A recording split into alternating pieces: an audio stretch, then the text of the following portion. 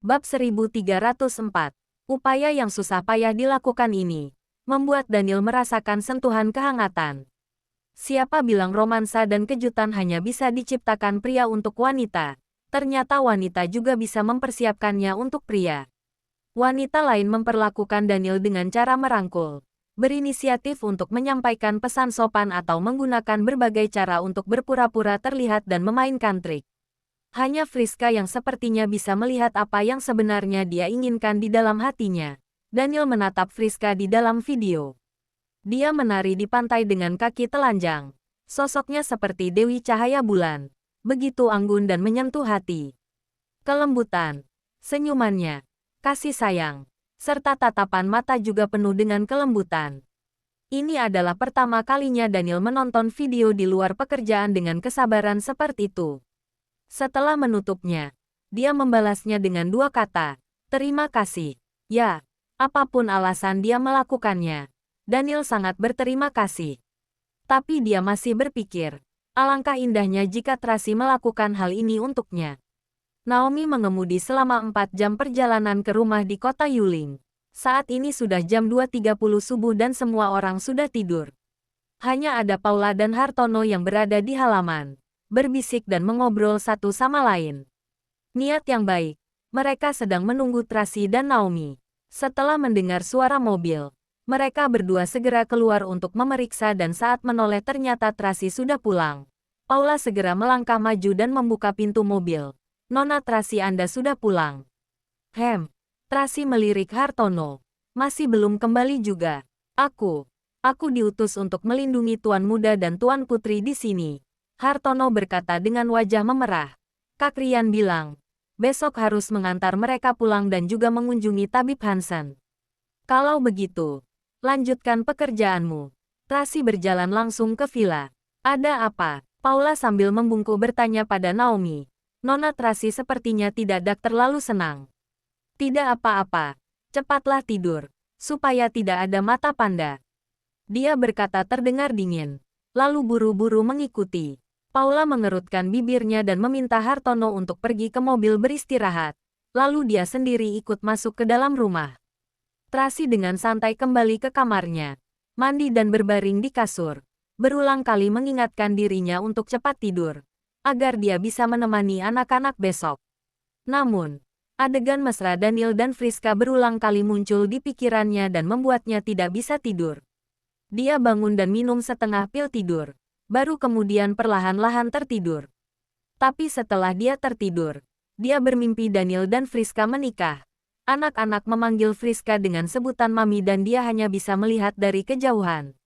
Dalam mimpi ini, tidak ada adegan yang menakutkan dan tidak ada senyuman yang menyeramkan. Seolah-olah hanyalah narasi yang tenang. Setelah bangun, Tracy menemukan dirinya sudah berlinang air mata.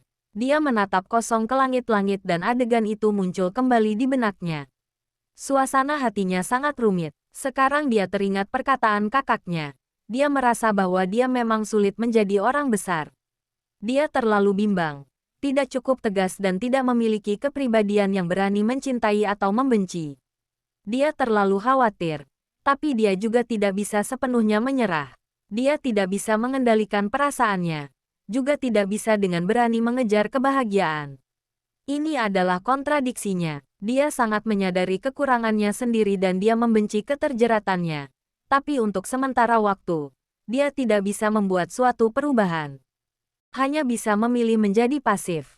Saat pemikirannya masih kacau, terdengar suara ketukan pintu dari anak-anak berteriak dengan penuh semangat, Bibi, Bibi, Bibi, bangun.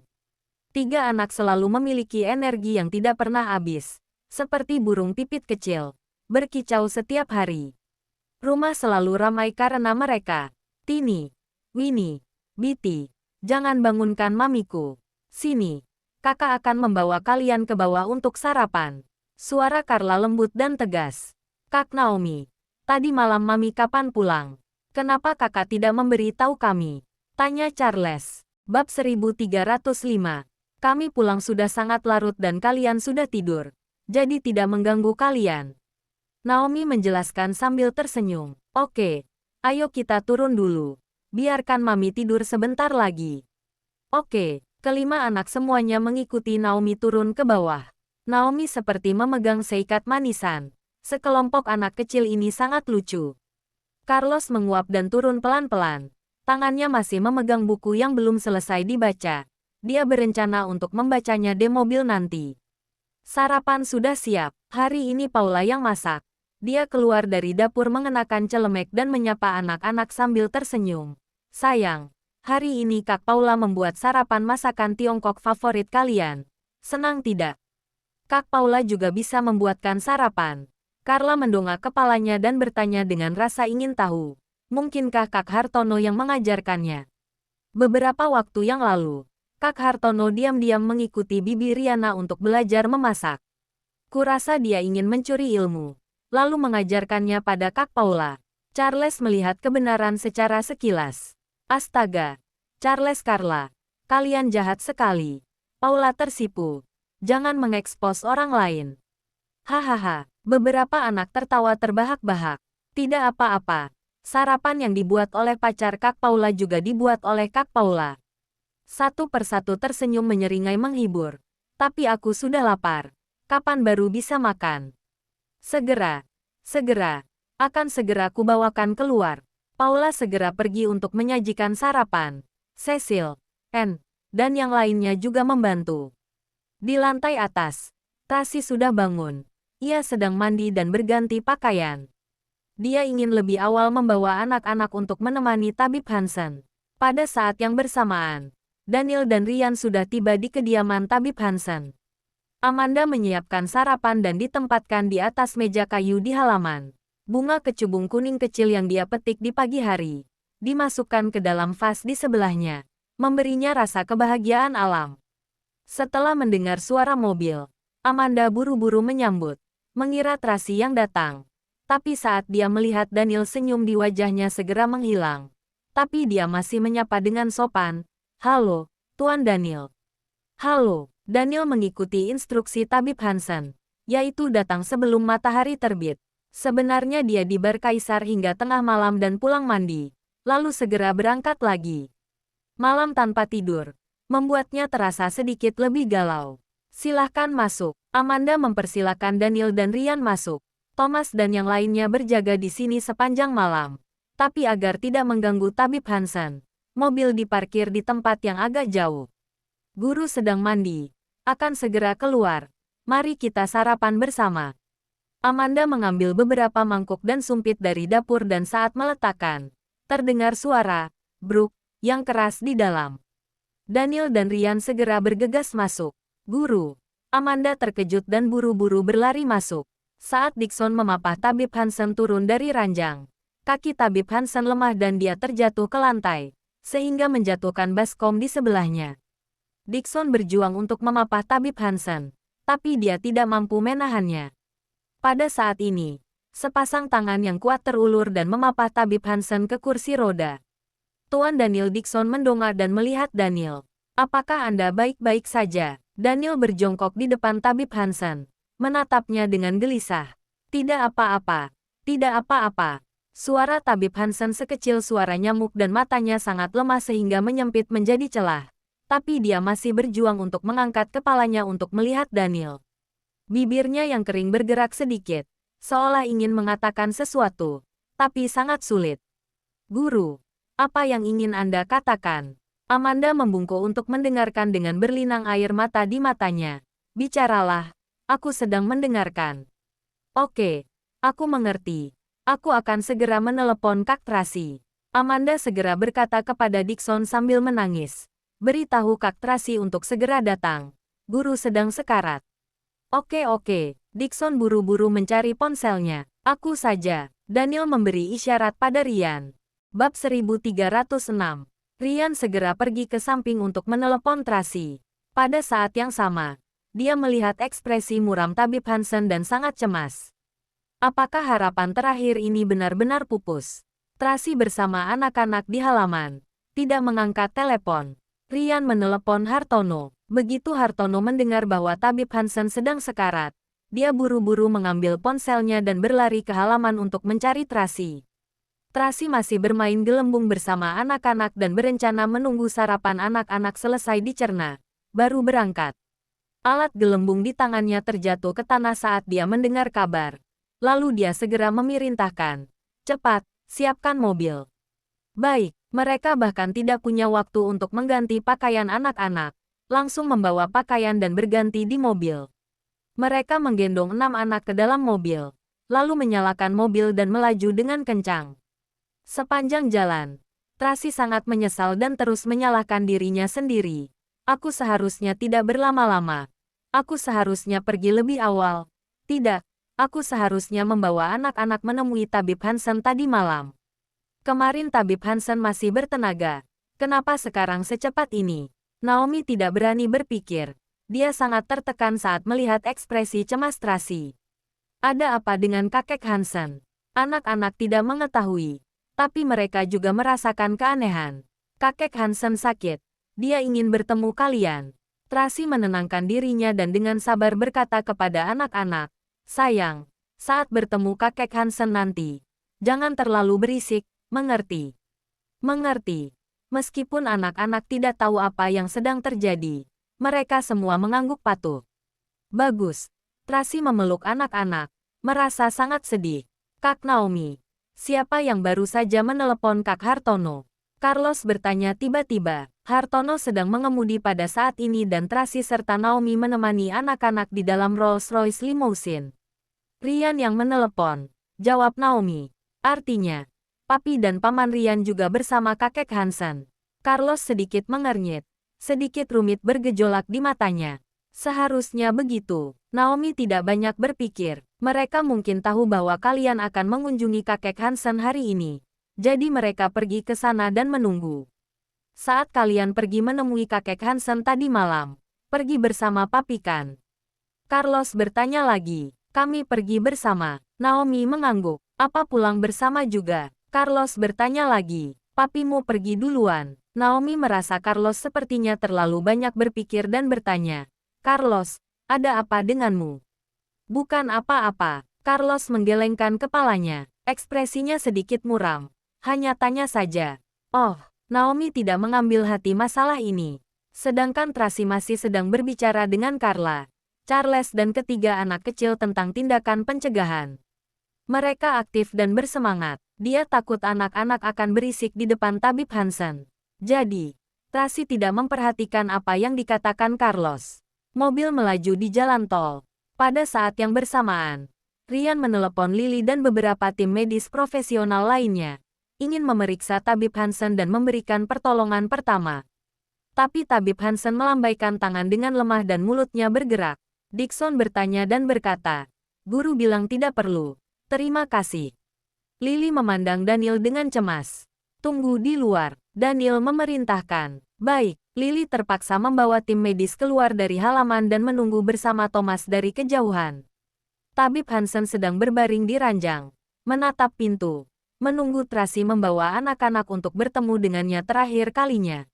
Di luar cerah. Bagaimana jika keluar untuk mendapatkan sinar matahari? Daniel menyarankan dengan lembut. Mereka akan segera tiba. Tabib Hansen mengangguk lemah. Dixon dan Amanda hendak memapahnya duduk di kursi roda. Daniel langsung menggendong Tabib Hansen dan menginstruksikan.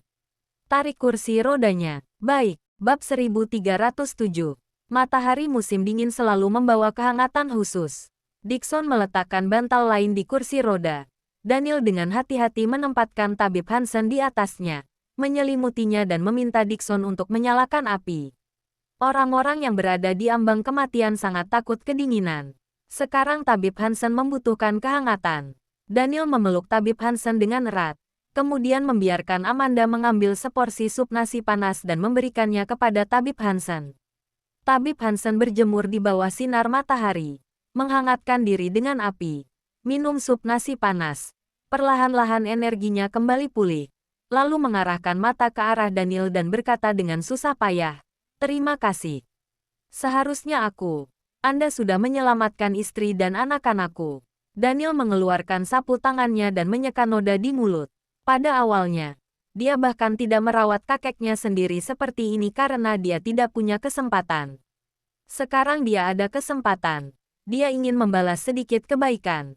Maaf. Tabib Hansen menatap Daniel dengan rasa bersalah di matanya. Pada saat ini, dia tidak dapat berbicara dengan jelas. Tapi dia masih khawatir tentang kondisi Daniel. Bahkan, dia telah melakukan banyak perbuatan baik seumur hidup. Menyembuhkan penyakit dan menyelamatkan orang. Tracy dan Carla disembuhkan sebelum dia jatuh sakit dan kebaikan James sudah terbayar. Bisa dibilang sudah terbayar lunas. Tapi saat memikirkan Daniel, dia tetap merasa bersalah. Mungkin karena dia terlalu tua dan energinya tidak sebaik sebelumnya. Jadi pada waktu itu dia mengabaikan penyakitnya. Sekarang ingin mengobati Daniel. Ada niat tapi tidak ada tenaga untuk mengobati. Berpikir bahwa saat ini, bisa menulis cara pengobatan. Bahkan jika dirinya sudah tiada, masih bisa membiarkan muridnya Dixon dan Amanda terus mengobati Daniel. Tapi tak disangka, sebelum cara pengobatan bisa selesai ditulis, dia sudah tidak mampu lagi.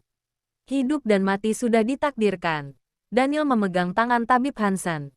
Jangan khawatirkan aku. Tabib Hansen menunjuk ke dadanya. Kemudian Dixon menyadari apa yang dia maksud dan segera mengeluarkan selembar kertas dari pakaiannya. Kertas kusut dengan beberapa kata yang tidak dapat dipahami dan beberapa gambar aneh. Tapi kata-kata dan gambar mungkin belum selesai. Karena hanya ada koma, tidak ada titik dan gambar hanya setengah. Tabib Hansen menunjuk Daniel. Dixon segera menyerahkan selembar kertas kepada Daniel dengan kedua tangannya dan berkata dengan sungguh-sungguh, "Tuan, saat guru masih bertenaga tadi malam, dia memberi tahu saya bahwa jika bisa menemukan orang itu, mungkin dia bisa memahaminya. Mengikuti cara pengobatan di kertas ini, maka masih ada kesempatan untuk menyembuhkan Anda." Orang itu adalah, Ryan buru-buru datang dan bertanya. Namanya adalah Tabib Dewa. Dixon mengucapkan nama itu dengan hati-hati. Dia adalah murid pertama guru. Dia telah bersama guru selama 20 tahun dan ilmunya sangat tinggi. Berbicara tentang ini, Dixon sedikit malu. Dia telah bersama Tabib Hansen selama bertahun-tahun. Sudah belajar ke sana ke sini, tapi hanya belajar sampai kulitnya saja. Tabib Hansen bilang dia tidak terlalu berbakat dan beberapa kali membujuknya untuk menyerah, tapi dia enggan untuk pergi. Bagaimanapun, dia adalah seorang yatim piatu dan tidak punya tempat untuk pergi. Tabib Hansen mengadopsinya dari panti asuhan. Dia berpikir harus menjaga Tabib Hansen hingga akhir hayat baru bisa pergi. Ternyata Tabib Dewa adalah murid Tabib Hansen. Ryan sangat terkejut. Tabib Dewa legendaris itu datang dan pergi tanpa jejak seperti hantu. Dia tidak hanya memiliki keterampilan medis yang sangat baik, tapi dia juga tampaknya memiliki keterampilan yang kuat dan bagus. Berpikir tentang murid ini, Tabib Hansen menghela napas dalam-dalam. Simpanlah baik-baik. Dixon menyerahkan surat itu kepada Daniel. Daniel mengambilnya. Dengan hati-hati melipatnya ke dalam sakunya dan berkata kepada Tabib Hansen, "Terima kasih." Tabib Hansen menyipitkan mata dan melihat ke kejauhan, masih menunggu kedatangan Tracy. Daniel meminta Ryan menelepon agar Tracy cepat datang. Pada saat ini, terdengar suara mobil dari luar dan Ryan buru-buru menyambutnya. Bab 1308. Tracy turun mobil dan tidak mempedulikan anak. Dia langsung berlari ke halaman. Melihat penampilan Tabib Hansen yang seperti ini, air mata menggenang di matanya. Dia berlari 2-3 langkah, berjongkok di depannya, lalu memegang tangannya dan berkata, "Tabib Hansen, aku sudah datang. Tracy sudah datang." Sudut mulut Tabib Hansen sedikit terangkat dan memegang Tracy dengan erat, seolah-olah ingin mengatakan sesuatu, tapi dia tidak bisa mengutarakannya. "Kakek Hansen." Pada saat ini, anak-anak turun dari mobil dan berlari masuk. Saat mereka melihat Tabib Hansen, mereka langsung menangis. Tapi karena sudah sepakat dengan Tracy agar tidak mengganggu Tabib Hansen, jadi meskipun mereka menangis, mereka tetap membuka mulut kecilnya, mata memerah dan tidak berani menangis terlalu keras. "Anak-anak," Tabib Hansen mengulurkan tangan kepada anak-anak. Naomi dan Paula buru-buru berjalan untuk melindungi anak-anak. 6 anak mengelilingi Tabib Hansen dan berbisik pelan. "Kakek Hansen, Kakek Hansen, Kakek Hansen, kakek harus sembuh dan membelikanku permen. Kakek Hansen, kakek bilang akan mengajariku akupuntur. Jangan ingkar janji. Kakek Hansen, Kakek bilang akan membawaku ke Bukit Tua untuk menangkap babi hutan. Apakah kakek lupa?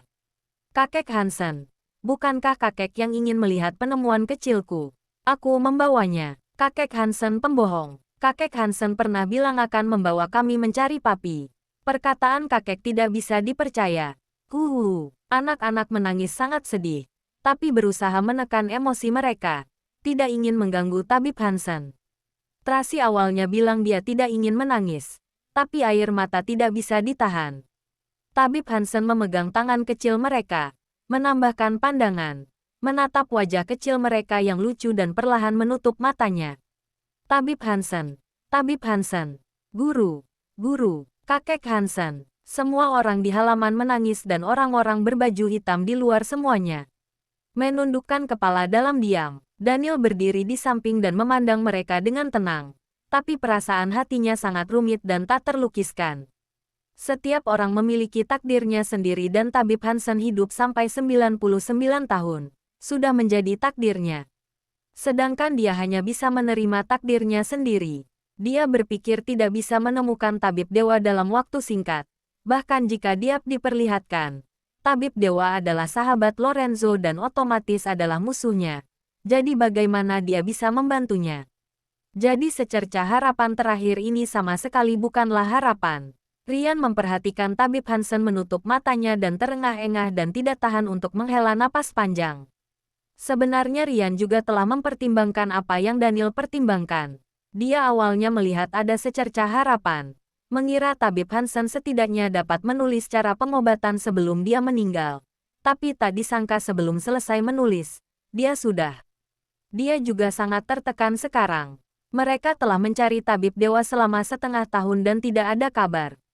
Bahkan jika mereka menemukannya, mungkin akan sulit meyakinkan orang aneh itu untuk mengobati Tuan Daniel. Hanya saja meskipun hanya tersisa sedikit harapan, mereka tidak akan menyerah. Sarapan di atas meja kayu sudah menjadi dingin dan seikat bunga liar kuning kecil bergoyang tertiup angin, memancarkan wangi. Matahari menyinari wajah ramah tabib Hansen, membuatnya terlihat sangat tenang dan damai. Tracy sepertinya melihat jiwanya dilapisi dengan lapisan cahaya keemasan, perlahan naik ke langit bersama sinar matahari. Lagi pula, orang baik akan masuk surga. Mungkin, dia bertemu ayahnya di dunia lain. Mereka juga bisa bersulang dan mengobrol seperti sebelumnya. Sore harinya, Tracy mulai mengurus kremasi tabib Hansen.